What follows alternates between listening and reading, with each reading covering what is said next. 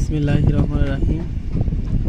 রবিবার 11 মে 2025, 28 বৈশাখ এবং 1432, 12 জিলকদ 1446 থাকছে বাংলাদেশ প্রতিদিন সংবাদ শিরোনাম। নাটকীয় যুদ্ধবিরতি, স্টাম্প চমকে থামল ভারত পাকিস্তান। শেষ দিনেও বিমান ঘাঁটিতে পাল্টাপাল্টি ক্ষেপণাস্ত্র হামলা। স্থল ও দুই পক্ষ স্থলপথে দুই পক্ষ মুখোমুখি। শেষ দিনেও পাল্টাপাল্টি ক্ষেপণাস্ত্র হামলা এবং স্থলপথে দুই পক্ষ মুখোমুখি লাগাতার গোলাগুলি। ভারতের S-400 ও ব্রহ্মস ক্ষেপণাস্ত্র সংরক্ষণ কেন্দ্রে ধ্বংসের দাবি এবং পাকিস্তানের 6টি বিমান ঘাঁটি অচল করে দেওয়ার দাবি।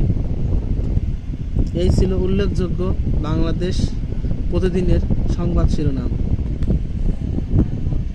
টানা কয়েকদিন পাল্টা হামলার পর দুই পারমাণবিক শক্তিধর দেশ ভারত ও পাকিস্তান নাটকীয়ভাবে যুদ্ধবিরতিতে সম্মত হয়েছে। এই বিষয়ে আমাদের নয়াদিল্লি প্রতিনিধি জানিয়েছে। ভারতের পররাষ্ট্র সচিব বিক্রম মিশ্রি গতকাল সন্ধ্যা 6টার বিশেষ বৈঠক শেষে সাংবাদিকদের জানান, বিকাল 3:35 Pakistan director general of military operation ভারতের ডিরেক্টর জেনারেল ফোন করে যুদ্ধবিরতি প্রস্তাব দেন।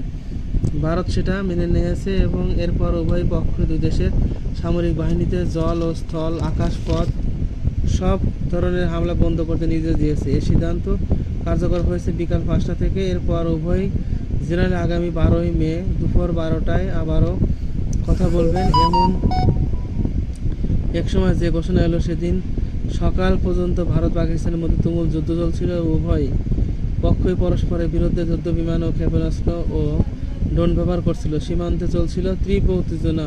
প্রাপ্ত খবর পর্যন্ত এই ছিল সংবাদ শিরোনাম।